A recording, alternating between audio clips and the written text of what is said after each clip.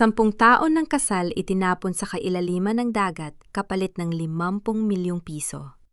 Habang nilalamon si Leona ng malamig na tubig sa anilaw, nag-aanli champagne sina Adrian at ang kanyang kabit sa ibabaw ng bangka. Hayaan mo siyang mamatay, ang huling sugdulan ng kapaitan. Ngunit hindi nalulunod ang kataruman. Sa araw ng kanilang tagumpay, ang babaeng inakala nilang ibinaon na ang magpapabagsak sa kanila. Magbabalik si Leona upang ibangon ng kanyang karangalan. Ngunit paano kung ang sarili mong ina ang naging susi sa iyong libingan? Isang dang talampakan sa ilalim ng madilim at malamig na dagat ng Anilaw, Batangas. Doon ko nalaman na ang 10 taon ng pagsasama namin ay isa lang palang dambana ng kasinungalingan. Nang sandaling maubos ang hangin sa aking baga at makita ko ang sarili kong asawa na si Adrian na mas piniling iligtas si Selena kaysa sa akin, doon ko natanto na ang lalaking pinag-alayan ko ng buhay ang siya ring may gustong wakasan ito. Ang akala ko ang anibersaryo ng aming ika-10 taon ng kasal ay simula ng isang bagong yugto. Isang simpleng selebrasyon sa paborito kong dive site malayo sa ingay ng Maynila. Ngunit sa ilalim ng tubig, kung saan ang tanging maririnig mo lang dapat ay ang sarili mong paghinga, doon naging bingi ang mundo sa aking pagsisigaw. Naninikip ang aking dibdib. Ang bawat subok ko na huminga ay may kasamang alat ng tubig dagat na pumasok sa aking bibig. Ang aking kamay ay nanginginig habang paulit-ulit kong hinahawakan ang regulator ng aking diving gear, umaasang may kaunting hangin pa na lumabas mula sa tangke. Ngunit wala, tuyo, at walang laman. Tumingala ako sa ibabaw sa ilalim ng sikat ng araw na tila kay layo at nakita ko ang anino ng aming dive boat. At doon sa gitna ng malinaw na tubig, nakita ko sila. Hawak-hawak ni Adrian, si Selena ang aming corporate accountant. Maingat niya itong inaalalayan paakyat sa hagdan ng bangka. Itinaas ko ang aking kamay sumasayaw sa gitna ng rumasasang agos, sinusubok ang gumawa ng ingay o kahit anong senyas upang mapansin nila ako. Ngunit ang tanging lumabas sa aking mga labi ay mga bula ng hangin na mabilis na naglaho patungo sa ibabaw. Nag-angat ng tingin si Adrian. Nagtagpo ang aming mga mata sa kabila ng aking diving mask. Sa kabila ng distansya, kitang-kita ko ang lamig sa kanyang muka. Walang bakas ng takot, walang pag-aalala, at higit sa lahat, walang pagmamahal. Inilapit ni Selena ang kanyang mukha sa gilid ng bangka, nakatitig sa akin na tila ba isa lamang akong basura na itinapon sa dagat. Nakita ko ang galaw ng kanyang mga labi bago sila tuluyang umalis. Alam ko ang kanyang sinabi, dahil ang mga salitang yon ay tila bumaon sa aking utak, gaya ng isang matalas na patalim. Sinabi niya na iwanan na ako riyan at hayaang mamatay sa ilalim. Binalot ako ng matinding panghihina, hindi lamang dahil sa kawalan ng oxygen, kundi dahil sa bigat ng katotohanan. 10 taon. 10 taon kong iningatan ang kanyang pangalan. Ako ang nagpuyat sa aking laboratory, o bilang isang marine biologist, binuo ko ang proyekto sa rehabilitasyon ng mga coral reef sa Batangas at pinayagan ko siyang angkinin ang lahat ng kredito at parangal para lamang magmukha siyang matagumpay na negosyante sa harap ng mga mamumuhunan. Tiniis ko ang lahat ng kanyang pagwawalang bahala ang mga gabi na hindi siya umuuwi na may amoy ng ibang pabango dahil lamang sa isang pangako. Pangako sa aking ina si Mama Pilar na hinding-hindi ko wawasakin ang aming pamilya. Ayaw kong maranasan muli ni Mama ang kahihiyang dinanas niya nung iwanan kami ng aking ama para sa ibang babae. Ang akala ko ang aking pananahimik ay proteksyon. Ngunit ang pananahimik ko pala ang siyang nagbigay kay Adrian ng lakas ng loob na patayin ako.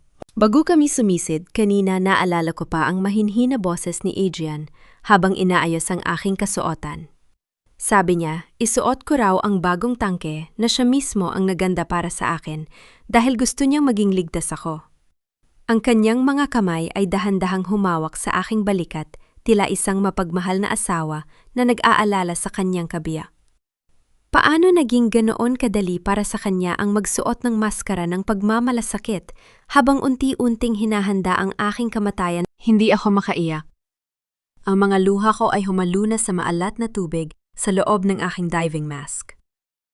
Ang aking buong katawan ay nagsisimula ng manghina ang lamig ng malalim na dagat ay dahan-dahang gumagapang mula sa aking mga daliri patungo sa aking puso.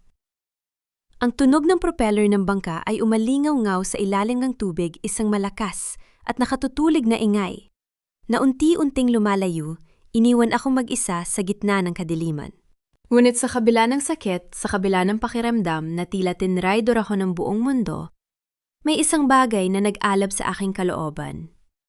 Hindi ito simpleng takot na mamatay. Ito ay ang aking dignidad na tumangging malunod sa ilalim ng dagat na ito.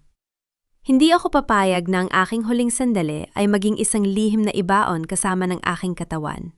Gamit ang aking nanginginig na mga kamay, pilit kong inabot ang aking diving watch.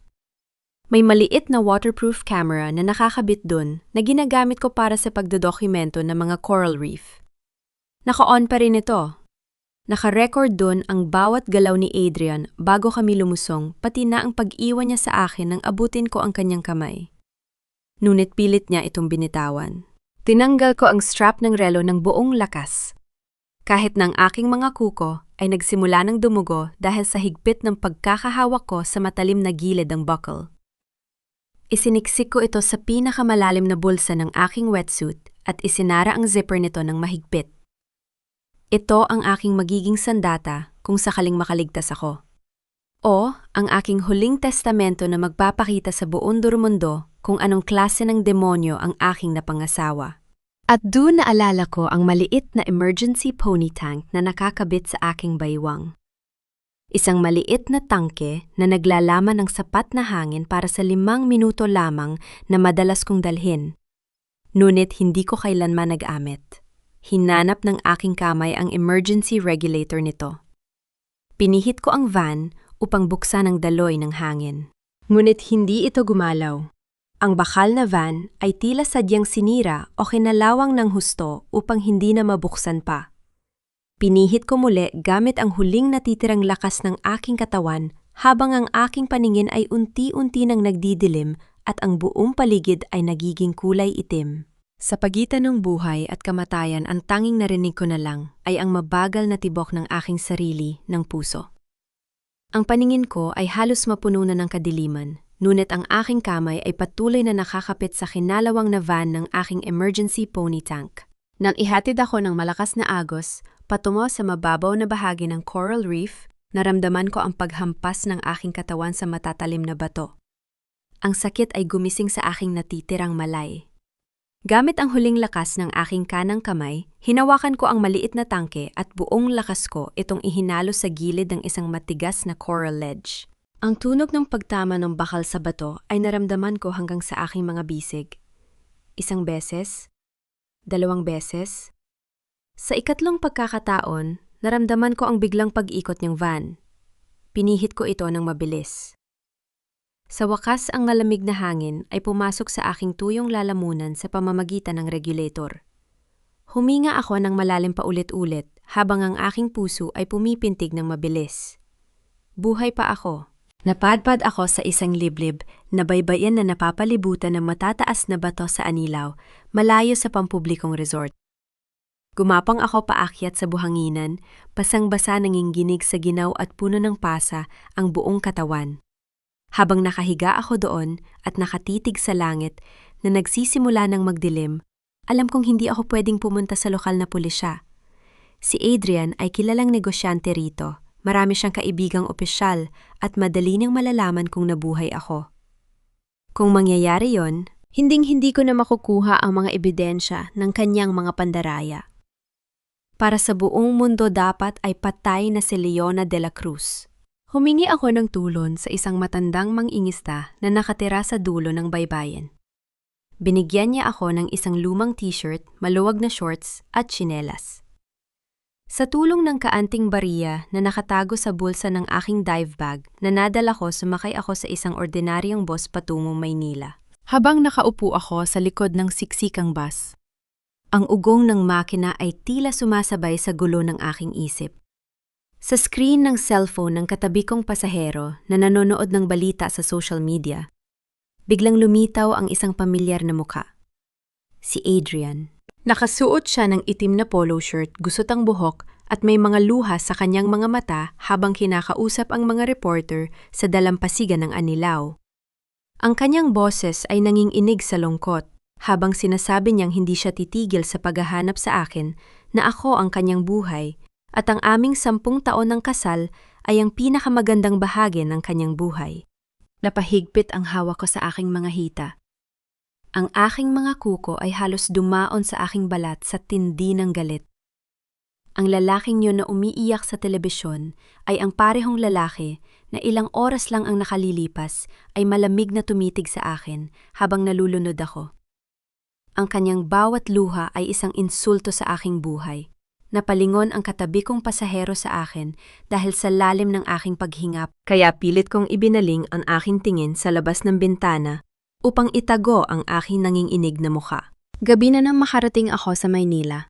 Hindi ako pumunta sa aking opisina o sa bahay ng aking ina. Dumiretso ako sa aming subdivision sa Quezon City. Sumiksik ako sa lilim ng malalaking puno ng mahogany sa tapat ng aming bahay. Naghihintay sa dilim, gaya ng isang multo na naghahanap ng hustisya. Makalipas ang 1 oras, dumating ang maranging SUV ni Adrian. Huminto ang sasakyan sa tapat ng gate. Bumaba si Adrian mula sa driver's seat. Wala na ang lungkot sa kanyang muka. May hawak siyang baso ng kape at nakangiti habang kinakausap ang taong nasa tabi niya. Bumukas ang pinto sa kabilang panig ng sasakyan. Bumaba si Selena. Nakasuot siya ng isang mamahaling pulang damit. Tila ba hindi man lang siya nanggaling sa isang rescue operation? With hindi ang kanyang damit ang kumuha ng aking pansin. Sa ilalim ng liwanag ng post ng kuryente, kumislap ang isang bagay sa kanyang leeg. Ang kwintas na gawa sa mga natural na perlas ng Palawan. Iyon ang kwintas na iniwan ko sa aking jewelry box sa aming kwarto bago kami umalis patungong Batangas. Ang kwintas na ibinigay sa akin ng aking lola, ang tanging alaala ng aming pamilya bago kami naghirap. At ngayon, suot-suot ito ng babaeng nagnanais na palitan ako habang ang aking katawan ay inaakala nilag nabubulok na sa ilalim ng dagat. Nang gabing iyon, gamit ang ekstrang susi na nakatago sa ilalim ng flower pot, pumasok ako sa maliit na apartment ng aking matalik na kaibigan at kasamahan sa pananaliksik na si Doc Aris na kasalukuyang nasa Australia para sa isang kumperensya. Alam kong ligtas ako rito dahil walang sinuman sa pamilya ni Adrian ang nakakaalam ng lugar na ito. Habang hinuhugasan ko ang maalat na tubig at natuyong dugo sa aking mukha sa harap ng salamin sa banyo, halos hindi ko makilala ang sarili kong mukha. Ang aking mga balikat ay puno ng pasa, ang aking mga kuko ay may tuyong dugo, at ang aking mga mata na dating puno ng lambing ay pinalitan ng malamig at matalim na galit. Tiniis ko ang hapdi ng alkohol sa aking mga sugat nang walang kahit isang daing. Ang sakit sa aking katawan ay walang-wala kumpara sa traidor na gawa ng aking asawa. Kinuha ko ang aking diving watch mula sa bulsa ng wetsuit. Basang-basa pa ito, ngunit ang waterproof camera na nakakabit sa strap ay buo pa rin. Gamit ang laptop ni Doc Aris, isinaksak ko ang memory card. Nang magsimulang mag-play ang video sa screen, naramdaman ko ang muling pagbalot ng ginaw sa aking dibdib. Malinaw ang kuha. Bago kami lumusong sa dagat, nakuhanan ng lens ang kamay ni Adrian habang hawak niya ang aking tangke sa likod ng bangka. Kitang-kita ang maingat at mabilis niyang pagpihit sa aking backup valve upang isara ito bago niya ito tinakpan ng isang pulang safety tag upang hindi ko mapansin. At sa huling bahagi ng video nang ako ay lumulutang na sa tubig habang nauubusan ng hangin, malinaw na na-record ang boses ni Selena habang sumisigaw mula sa deck at ang malamig na pagbitaw ni Adrian sa aking kamay bago niya pinandar ang makina ng bangka. Hindi ako umiyak. Ang bawat pagpindot ko sa keyboard ay maengat at mabilis. Gumawa ako ng 3 magkakahiwalay na kopya ng video file, isang nakatago sa isang secured cloud drive, isa sa flash drive, at isa sa external hard drive na itinago ko sa loob ng aking bag. Sumunod kong binuksan ang shared cloud storage ng aming kumpanya kung saan nakatago ang mga dokumento ng aming marine conservation project. Gamit ang aking lumang administrator password na hindi pa nila napapaltan, pumasok ako sa email server ni Adrian. Doon ko natagpuan ang isang thread ng mga mensahe sa pagitan nila ni Selena noong nakaraang buwan. Isang mensahe mula kay Selena ang kumuha ng aking pansin. Siguraduhin mong hindi na siya makakabalik mula sa Anilaw. Ang mga mamumuhunan mula sa Japan ay pirmahan na lang ang hinihintay para sa resort project sa susunod na linggo. Hindi natin kayang maghintay kung magbabago pa ang isip niya tungkol sa lupa. At ang sagot ni Adrian, handa na ang lahat. Pagkatapos ng anibersaryo akin na ang buong ari-arian, walang sinuman ang maghihinala. Napahawak ako sa aking lalamunan. Ang pagpatay sa akin ay hindi isang biglaang desisyon. Isang buwan nila itong pinlano. Isang buwan silang tumitingin sa aking mga mata kumakain kasama ako sa iisang lamesa habang itinutulak ako dahan-dahan sa aking libingan. Ngunit ang pinakamatinding sorpresa ay dumating nang siyasatin ko ang bangko ng aming proyekto. Ang pondong ibinigay ng pamahalaan para sa rehabilitasyon ng mga coral reef ay halos wiped out na. May isang malaking withdrawal na ginawa 2 araw bago ang aming biyahe sa Batangas, 5 milyong piso. Tiningnan ko ang detalye ng bank transfer. Ang perang yon ay hindi napunta sa kumpanya ni Adrian o sa personal na account ni Selena. Napunta ito sa isang pribadong account na nakarehistro sa ilalim ng mga inisyal na PDC. Nanlamig ang buo kong katawan. Ang aking mga daliri ay naging kasing tigas ng yelo sa ibabaw ng mouse ng laptop. PDC Pilar de la Cruz. Ang pangalan ng aking sariling ina. Hindi ako makapaniwala na ang sarili kong ina ay magagawang ipagpalit ang aking buhay sa pera. Ngunit sa mundong ito ng kasakiman, ang mga taong pinakapinaasa mo ang siyang magbibigay sa iyo ng pinakamatinding sugat. Bago ko harapin si Mama, kailangan kong masigurado ang lahat ng ebidensya laban sa kanila ni Adrian. Kinabukasan, gamit ang isang malaking sombrero, maitim na salamin, at simpleng damit upang hindi makilala nakipagkita ako ng lihim kay Attorney Mateo, ang matagal ng abogado ng aming pamilya at matalik na kaibigan ng aking pumanaw na ama. Makikita kami sa isang maliit at tahimik na kainan sa gilid ng Maynila. Nang maupo ako sa kanyang tapat at tanggalin ko ang aking salamin, napahawak ang matandang abogado sa kanyang dibdib. Namutla ang kanyang muka at muntik na niyang mabitawan ang hawak na tasa ng kape. Leona, ikaw ba talaga yan? Ang pabulong niyang tanong nanginginig ang boses. Sabi ni Adrian sa mga balita, nawawala ka na sa ilalim ng dagat sa Batangas. Buhay ako, attorney. Malamig kong sagot habang inilalapit ko ang aking upuan sa mesa. At kailangan ko ang tulong mo bago nila tuluyang makuha ang lahat ng sa akin. Inilabas ni Attorney Mateo ang isang makapal na folder mula sa kanyang bag. Ito na nga ang dahilan kung bakit gusto kitang makausap nung nakaraang linggo pa. 2 araw bago ka pumunta sa Batangas, dinala ni Selena sa opisina ko ang isang deed of mortgage para sa lupa ng lolo mo sa Batangas. Ang lugar kung saan nakatayo ang iyong marine research station. Kinuha ko ang papel. Isang kontrata para sa pawang 20 milyong pisong pautang mula sa isang pribadong bangko gamit ang aming lupang pamanang pamilya bilang collateral. At sa ibabang bahagi ng huling pahina, nakasulat ang aking pangalan at ang aking pirma. Pinagmasdan kong mabuti ang pirma. Sa unang tingin, mukha itong akin. Ngunit bilang isang siyentipiko na sanay sa maliliit na detalye, nakita ko agad ang katotohanan. May maliit na kulubot at puto sa dulo ng letrang L, isang kapintasan na naiiwan lamang kapag ang isang pirma ay kinuha mula sa lumang dokumento at itinapat sa isang thermal scanner. Iyon ang paboritong estilo ng forgery na ginagamit ni Selena sa kanyang mga illegal na transaksyon sa opisina. Peke ang pirma na ito, attorney. Sabi ko habang nanginginig ang aking daliri sa ibabaw ng papel. Isinangla nila ang aking lupa. Nang walang pahintulot ko upang pondohan ang nalulugi niyang resort, kinuha ko ang aking tablet at binuksan ang isang nakatagong application. Ilang buwan na ang nakalilipas, naglagay ako ng isang GPS tracking device na may audio monitoring unit sa ilalim ng dashboard ng SUV ni Adrian upang masubaybayan ang aming mga kagamitan kapag naghahakot kami sa lalawigan. Hindi niya alam na gumagana pa rin ito. Isinaksak ko ang aking earphones at pinindot ang live audio feed. Ang boses ni Selena at Adrian ay narinig ko nang malinaw tila ba nakaupo ako sa likod ng kanilang sasakyan. Adrian, kailangan mong bilisan ang pagkuha ng death certificate ni Leona. sabi ni Selina bakas ang pagkainip sa kanyang boses. Tumawag na naman ang bangko. Kapag nalaman nilang hindi pa opisyal na patay ang may-ari ng lupa sa Batangas, maiipit ang release ng natitirang loan para sa resort natin. Narinig ko ang buntong hininga ni Adrian habang nagmamaneho. Ginagawa ko na ang lahat, Selina. Binayaran ko na ang kontak natin sa lokal na pulisya sa Batangas para ideklara siyang presumed dead dahil sa aksidente sa paglipas ng ilang araw pa. Konting tiis na lang. Paano ang ina niya? Tanong ni Selina may halong pangmamaliit. Si Aling Pilar, baka magwala yon kapag nalamang isinangla natin ang lupa ng pamilya nila nang walang pahintulot niya.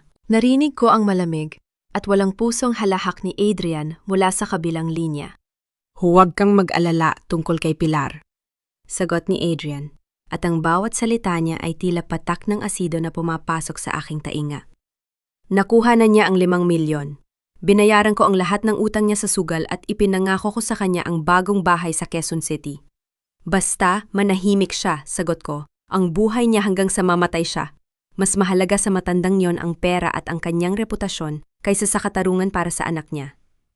Nang gabing yon, lumakad ako patungo sa lumang bahay ng aking ina sa Quezon City. Ang amoy ng sampagita sa aming maliit na bakuran at ang pamilyar na kalansing ng mga dahon sa hangin ay dating nagbibigay sa akin ng kapayapaan. Ngunit ngayon, ang bawat hakbang ko patungo sa pintuan ay tila paglakad patungo sa sarili kong bitayan. Gamit ang ekstrang susi na itinago ko sa aking bag, ilang taon na ang nakalilipas. Dahan-dahan kong binuksan ang pintuan sa likod ng kusina. Walang ingay ang aking mga tapak habang pumasok ako sa loob. Nakita ko si Mama Pilar na nakaupo sa tapat ng maliit na altar sa aming sala. May hawak siyang isang makapal na sobre at isang printed brochure ng isang bagong subdivision sa Quezon City. Nakatitig siya sa larawan ng isang 2 palapag na bahay habang nag-aalok ng kandila sa altar, tila humihingi ng tawad sa Diyos para sa isang kasalan ng alam niyang hindi na mababawasan. Maganda ba ang bagong bahay na yan, Mama? Ang pabulong kong tanong sa gitna ng katahimikan. Nabitiwan ni Mama ang brochure at ang sobre. Mabilis siyang humarap sa akin, nalalaki ang mga mata sa matinding takot. Namutla ang kanyang mukha, nang inginig ang kanyang buong katawan habang napapahawak siya sa gilid ng mesa upang hindi mabuwal. Leona, ang utal niyang tawag ang boses, ay halos ayaw lumabas sa kanyang lalamunan. Multo ka ba ng anak ko? Diyos ko, patawarin mo ako, Leona. Lumamang ako ng 2 hakbang patungo sa liwanag ng ilaw sa sala. Buhay ako, Mama. Buhay ang anak mo na inakala mong naging pagkain na ng mga isda sa Batangas. Lumapit si Mama sa akin nang inig ang kanyang mga kamay habang pilit niyang hinahawakan ang aking mga bisig. Nang maramdaman niya ang init ng aking balat at ang tibok ng aking pulso, nabilaukan siya sa sarili niyang hininga at pumatak ang kanyang mga luha. Niyakap niya ako nang mahigpit umiiyak ng walang patid. Ngunit ang mga susunod niyang salita ang tuluyang pumatay sa kung anumang natitirang pagmamahal sa aking puso. Leona, buhay ka. Ang pabulong niyang sabi habang nakatingin sa labas ng bintana, tila natatakot na may makakita sa amin. Ngunit anak, kailangan mong magtago. Huwag kang magpapakita kahit kanino. Kapag nalaman ni Adrian na buhay ka, babawiin niya ang pero, ang ibinigay niya sa akin, masisira ang lahat ng plano. Nakatayo ako ng diretsyo. Hindi ako gumagalaw sa kanyang yakap. Ang aking mga mata ay manhid na nakatitig sa kanyang muka. Inisip mo ba kung ano ang dinanas ko sa ilalim ng dagat habang kinukuha ni Adrian ang hangin sa aking tangke, Mama? Inisip mo ba kung gaano kalamig ang tubig habang iniwan nila ako upang mamatay? Yumuko si Mama hindi makatingin sa aking mga mata habang hawak-hawak ang aking mga kamay. Intindihin mo naman ako. Leona, nabaon ako sa utang dahil sa sugal pagkatapos kaming iwan ng tatay mo noong bata ka pa. Ayaw kong maging pulubi. Ayaw kong pagsismisan muli ng mga kapitbahay na iniwan na naman tayo at walang kwenta ang pamilya natin. Binayaran ni Adrian ang lahat ng utang ko. Ibibili niya ako ng bagong bahay. Magsimula ka na lang sa ibang bansa, anak. Bibigyan kita ng kalahati ng pera, pumunta ka sa malayo at magpakalayo-layo ka na. Tinitigan ko ang babaeng nagluwal sa akin sa mundong ito. Ang babaeng buong buhay kong pinrotektahan mula sa kahihiyan ang dahilan kung bakit tiniis ko ang 10 taon ng impyerno sa piling ni Adrian. At ngayon sa harap ng aking buhay at ng kanyang sariling kaginhawaan, mas pinili niya ang pera ng lalaking nagtangkang pumatay sa akin. Dahan-dahan kong inilayo ang aking mga kamay mula sa kanyang pagkakahawak. Hindi ako sumigaw. Hindi ako nagwala. Ang aking boses ay naging kasing tigas at kasing lamig ng yelo. Ipinatpalit mo ang sarili mong anak para sa 5,000,000 at isang bahay?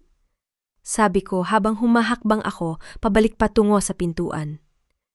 Takot na takot kang pagsismisa ng ibang tao, pero hindi ka natakot na ibenta ang sarili mong dugo at laman sa demonyong iyon? Leona, pakiusap, huwag mo akong iwan. Ang sigaw ni Mama. Habang sinusubukan niyang humabol, ngunit nanginginig ang kanyang mga tuhod at napaluhod siya sa sahig. Ina mo pa rin ako? Lumingon ako sa kanya sa huling pagkakataon, walang kahit isang luha na pumatak sa aking mga mata. Wala na akong ina. Ang malamig kong pahayag na umalingaw-ngaw sa buong bahay. At mula sa gabing ito, isipin mo na lang na tuluyan na talagang nalunod ang anak mo sa Batangas. 2 araw pagkatapos ng aking huling pakikipag-usap kay Mama, dumating ang gabi bago ang pinakamalaking kaganapan sa buhay ni Adrian. Ang grand launch ng kanyang beachfront resort project sa Batangas nagaganapin sa pinakamalaking hotel ballroom sa Maynila. Sa loob ng isang mamahaling suite sa hotel, nakatayo si Selena sa harap ng malaking salamin habang isinusukat ang isang eleganteng gintong gown. Si Adrian naman ay nakaupo sa sofa, umiinom ng mamahaling wine habang nakatitig sa mga promotional brochure ng resort kung saan nakasulat ang kanyang pangalan bilang sole founder. Bukas opisyal ng sa atin ang proyekto, sabi ni Selena habang inaayos ang kanyang buhok at ang kwintas na perlas ng aking lola ay kumikislap sa kanyang leeg. Ang mga mamumuhunan mula sa Japan ay nakahanda ng maglabas ng $50,000,000. Wala nang makakapigil sa atin. Inangat ni Adrian ang kanyang baso. Sinabi ko na sa iyo, Selena, ang lahat ng bagay sa mundong ito ay may presyo. Si Leona ay masyadong mahina at masyadong idealistiko. Inisip niya na ang prinsipyo ang magpapakain sa kanya. Hindi siya nababagay sa mundong ginagalawan natin. Nagtawanan silang dalawa, nag-toast sa gitna ng kanilang tagumpay kampan, tengkampante sa paniniwalang ang aking katawan ay wala ng buhay sa ilalim ng dagat sa anilaw. Ngunit habang nadiriwang sila sa kanilang karangyaan, nakaupo ako sa isang tahimik na silid. Kasama si Captain Santos ng National Police Criminal Investigation Group at si Miss Rina, isang matapang at kilalang investigative reporter mula sa pinakamalaking TV network sa bansa. Inilapab ko sa mesa ang tatlong lalagyan ng ebidensya. Ang hard drive na naglalaman ng RAW video mula sa aking diving watch, ang orihinal na forensic report ng aking peke na pirma sa deed of mortgage, at ang opisyal na bank audit ng ginawa nilang pagmaniobra sa pondo ng Marine Conservation Project. Pinagmasdan ni Miss Rina ang video sa laptop. Namutla ang kanyang mukha habang nakikita ang eksaktong sandali kung paano isinarado ni Adrian ang aking van at kung paano ako pilit na iniwan sa gitna ng agos. Hindi lang ito simpleng estafa o forgery, Leona, sabi ni Captain Santos habang tinitingnan ang mga dokumento. Ito ay frustrated murder at syndicated fraud. May sapat tayong ebidensya upang hulihin sila sa mismong kaganapan bukas. Gusto kong mangyari yon sa harap ng buong media at ng kanilang mga investor, Captain. Malamig kong sagot. Gusto kong makita ng buong mundo kung anong uri ng mga tao ang nagtatago sa likod ng kanilang mga mamahaling kasuotan. Samantala sa lumang bahay sa Quezon City, nakaupo si Mama Pilar sa tabi ng altar. Ang 5,000,000 piso sa loob ng sobre ay nakalapag pa rin sa kanyang lap, ngunit hindi niya ito mabitawan at hindi rin niya ito magamit. Tinitigan niya ang aking larawan nung ako ay nagtapos sa kolehiyo, isang masayahing dalaga na may malalaking pangarap para sa kalikasan. Umiyak siya ng walang tunog Ang kanyang dibdib ay naipit sa matinding pagsisisi habang pumasok sa kanyang isip ang huli kong sinabi na wala na siyang anak. 3 oras bago ang nakatagdang grand launch sa hotel ballroom nakatayo si Adrian, sa harap ng salamin, sa kanyang dressing room inaayos ang kanyang taksido. Mayabang siyang numingiti sa kanyang sariling refleksyon, handa nang humarap sa daan-daang bisita mamamahayag at matataas na opisyal ng gobyerno. Biglang nanginginig ang kanyang cellphone sa ibabaw ng mesa dahil sa isang pumasok na mensahe mula sa isang hindi kilalang numero. Binuhat ni Adrian ang telepono, kampanteng pinindot ang screen habang umiinom ng tubig. Ngunit nang magbukas ang nakakabit na larawan, nabilaukan siya at nabitiwan ang kanyang baso. Ang baso ay nahulog sa sahig at nabasag sa daan-daang piraso. Ang larawan ay isang malinaw na kuha sa gilid ng aking mukha. Nakatayo ako sa tabi ng Manila Bay, nakasuot ng simpleng itim na damit at nakatitig ng diretso sa kamera gamit ang isang malamig at matapang na niiti. Sa ibaba ng larawan, may isang linya ng text na nakasulat, "Kumusta, Adrian? Nagpapadala ng pagbati ang asawa mo mula sa kailaliman ng dagat. Magkita tayo sa iyong pagdiriwang ngayong gabi. Puno ng mga tao ang Grand Ballroom ng hotel sa Maynila. Ang mga mamahaling ilaw sa kisame ay kumikislap sa ibabaw ng mga talahanayan kung saan nakaupo ang mga kilalang mamumuhunan mula sa Japan, mga opisyal ng gobyerno at mga mamamahayag mula sa iba't ibang istasyon ng balita." Sa gitna ng entablado, nakatayo si Adrian sa tapat ng lectern. Bagaman nakasuot siya ng mamahaling taksido, ang pawis sa kanyang noo ay hindi maikakaila sa kabila ng lamig ng aircon. Ang kanyang mga mata ay balisa paulit-ulit na tumitingin sa pintuan ng ballroom, pilit na pinaniniwalaan ang sarili na ang larawang natanggap niya kanina ay isa lamang pekeng pananakot.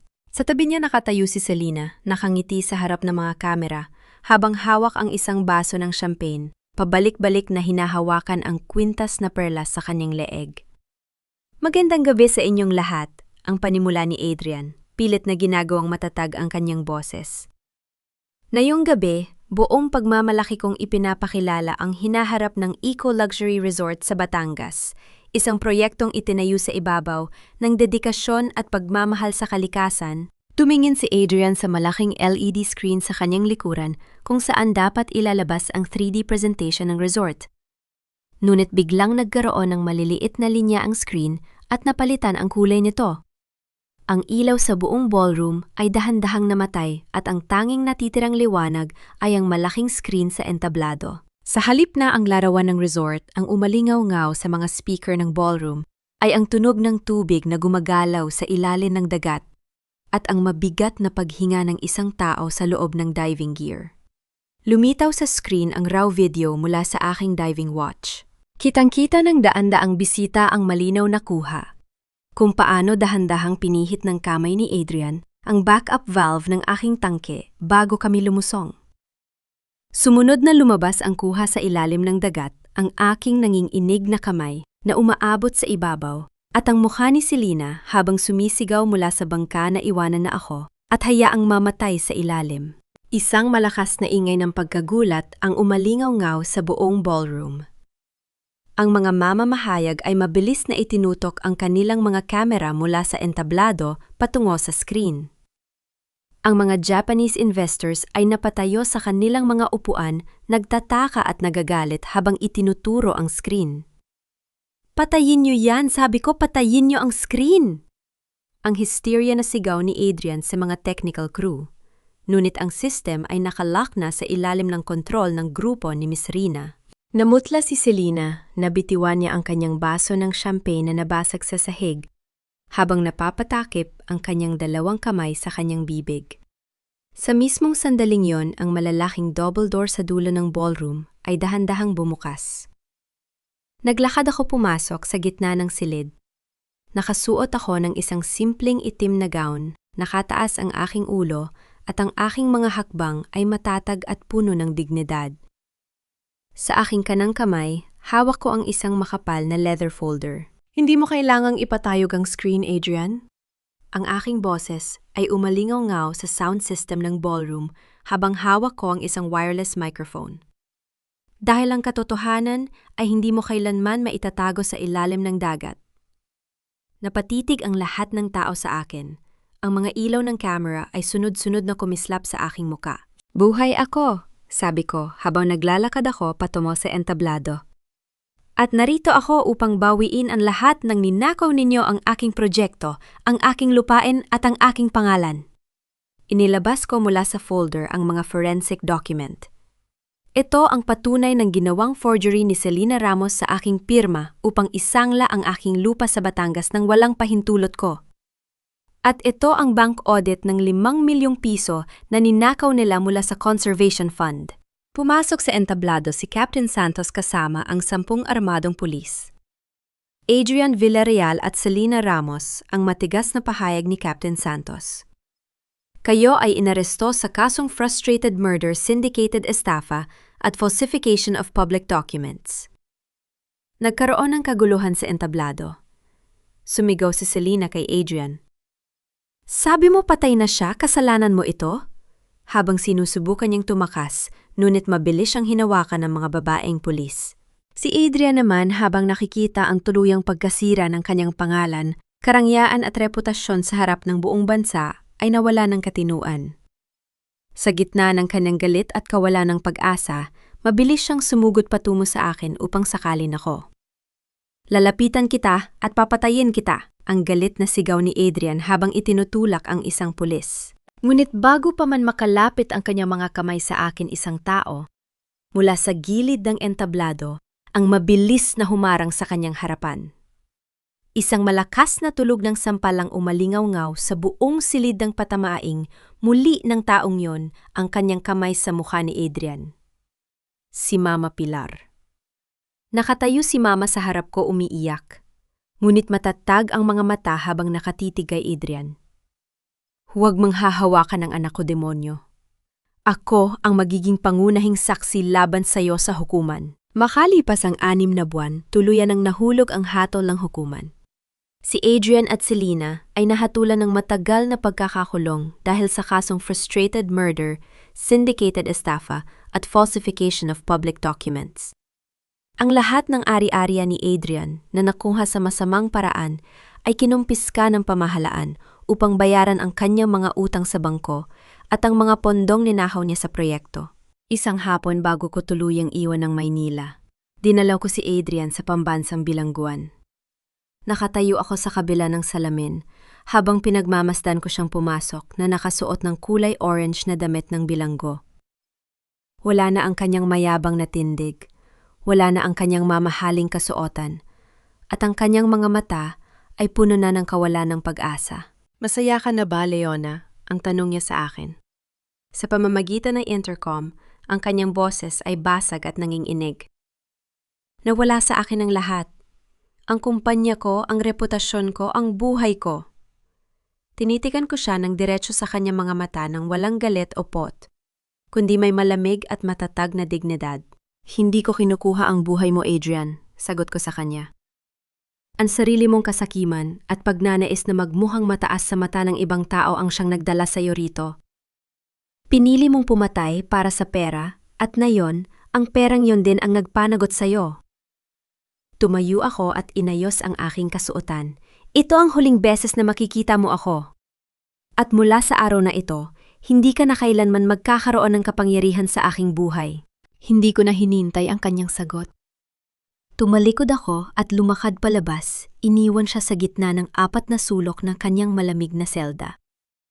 Si Selena naman ay nalugi rin at iniwan ang lahat ng kanyang mga kakilala sa mataas na lipunan mag-isang nagdurusa sa bilangguan ng kababaihan. Samantala ibinalik ni Mama Pilar ang buong 5 milyong piso sa hukuman bilang ebidensya laban kay Adrian. Isinuko niya ang kanyang pangarap na bagong bahay at bumalik sa aming lumang lalawigan. Nagtatrabaho siya ngayon sa isang maliit na kapilya, nananahimik at araw-araw na humihingi ng tawad sa pamamagitan ng kanyang mga panalangin. Nang bumisita ako sa kanya bago ako bumalik sa Batangas, hindi ko siya niyakap ng may labis na drama, ngunit inabutan ko siya ng isang maliit na basket ng mga prutas at inalalayan ko siyang tumayo mula sa kanyang pagkakapikit sa altar. Hindi ko pa kayang kalimutan ang lahat sa isang iglap, Mama, sabi ko sa kanya habang nakatayo kami sa tapat ng pintuan. Ngunit hindi ko na rin hahayaang ang galit ang humawak sa aking puso. Magpagaling ka rito. Tumango si Mama umiiyak habang hawak ang aking mga daliri. Nagpapasalamat na kahit papaano ay hindi ko siya tuluyang itinapon. Bumalik ako sa Anilao, Batangas. Gamit ang pondo mula sa aking mga totoong mamumuhunan at sa tulong ng mga lokal na manging-isda tulad ni Mang Ambo, nabawi ko ang aming lupain. Doon itinayo ko ang Leona de la Cruz Marine Sanctuary and Education Center, isang libreng paaralan at pasilidad para sa mga anak na manging-isda upang matuto silang mag-alaga sa dagat ng may kaalaman at karangalan. Isang hapon, habang ang araw ay dahan-dahang lumulubog sa ufok ng Anilao, nakatayo ako sa ibabaw ng mataas na morma ng bato kung saan ako dating napadpad noong gabing iyon. Ang hangin mula sa dagat ay presko at malamig sa aking mukha. Kinuha ko mula sa aking bulsa ang lumang diving watch na ginamit ko upang i-record ang katotohanan. Tinanggal ko ang strap nito. Tinitigan ko ang dagat sa aking harapan. Ang dagat na dating nagtangkang kumuha ng aking buhay. Ngunit ngayon ay naging simbolo ng aking muling pagkabuhay. Inihagis ko ang relo patungo sa gitna ng mga alon. Naramdaman ko ang paglubog ng huling alaala ng aking nakaraan sa ilalim ng asul na tubig. Nakatayo ako roon, laking tao. Malaya at buo ang dignidad. Nalaman ko na ang totoong pamilya at tahanan ay hindi itinatayo sa pamamagitan ng pananahimik sa gitna ng pang-aabuso, kundi sa ibabaw ng katotohanan. Paggalang sa sarili at lakas ng loob na tumayo sa sariling mga paa. Napakabilis ng daloy ng panahon sa buhay ng tao. Ang bawat luhang pumatak sa ilalim ng madilim na tubig ay naging benepisyo ng liwanag sa paglipas ng mga araw. Mga mahal kong tagapakinig, maraming salamat sa inyong pagsama sa bawat hakbang ng paglalakbay ni Leona. Habang isinusulat ko ang kwentong ito paulit-ulit na bumabalik sa aking isipan ang eksena noong siya ay nakatayo sa gitna ng malamig na dagat sa Anilao. Nawala ng hangin, ngunit hindi nawala ng dignidad. Sa tunay na buhay, marami sa atin ang nakakaranas din ng sariling pagkalunod. Hindi sa ilalim ng karagatan, kundi sa ilalim ng bigat ng kawalan ng katapatan ng mga taong pinagkatiwalaan natin ng ating puso. Madalas natatakot tayong magsalita dahil ayaw nating masira ang tingin ng iba sa ating pamilya. Tinitiis natin ang sakit, tinatakpan natin ang mga sugat hanggang sa tayo na mismo ang mawala ng hininga. Ngunit ang aral na iniiwan sa atin ng kwento ni Leona ay malinaw. Ang isang tahanan ay hindi na pananatili sa pamamagitan ng pagiging pipi sa harap ng injustice. Ang tunay na pagmamahal sa sarili ay ang pag-alam kung kailan dapat kumalas sa mga taong gumagamit lamang sa iyong kabaitan. Gaya ng isang tangke ng oxygen sa ilalim ng dagat, ang pagrespeto sa sarili ang tanging bagay na magpapanatili sa iyong buhay kapag ang buong mundo ay nagtatangkang ilunod ka. Kung ikaw ang nasa kalagayan ni Leona, magagawa mo rin bang patawarin ang isang inang? Mas pinili ang pera kaysa sa iyong kapakanan? O pipiliin mo ring magsimula ng bagong buhay nang malayo sa kanila? Nasaan man kayo ngayon habang nakikinig sa gitna ng trapiko, habang nagluluto para sa pamilya, o habang nagpapahinga pagkatapos ng mahabang araw ng trabaho nawa, ay magdala ang kwentong ito ng liwanag at lakas sa inyong mga puso. Huwag ninyo kalilimutang mag-like, mag-comment ng inyong mga salubin, at i-share ang kwentong ito sa inyong mga mahal sa buhay. Nawa ay magkaroon kayo ng isang mapayapa at matatag na araw. Titulada ng kwento, Ang Tangke ng Karangalan sa Anilao. Ang kwentong ito ay isinulat hango sa inspirasyon ng mga totoong buhay sa labas, pinalalakas para sa lahat ng mga nagdaan at kasalukuyang dumaranas ng katulad na pagsubok. Lumalabas ang lahat ng mga tauhan at sitwasyon sa kwento ay katang-isip lamang at pinalitan upang hindi makasakit o makatama ng sinuman. Ang kwento ay ginawa para sa layuning magbigay ng libangan at maghatid ng positibong mensahe.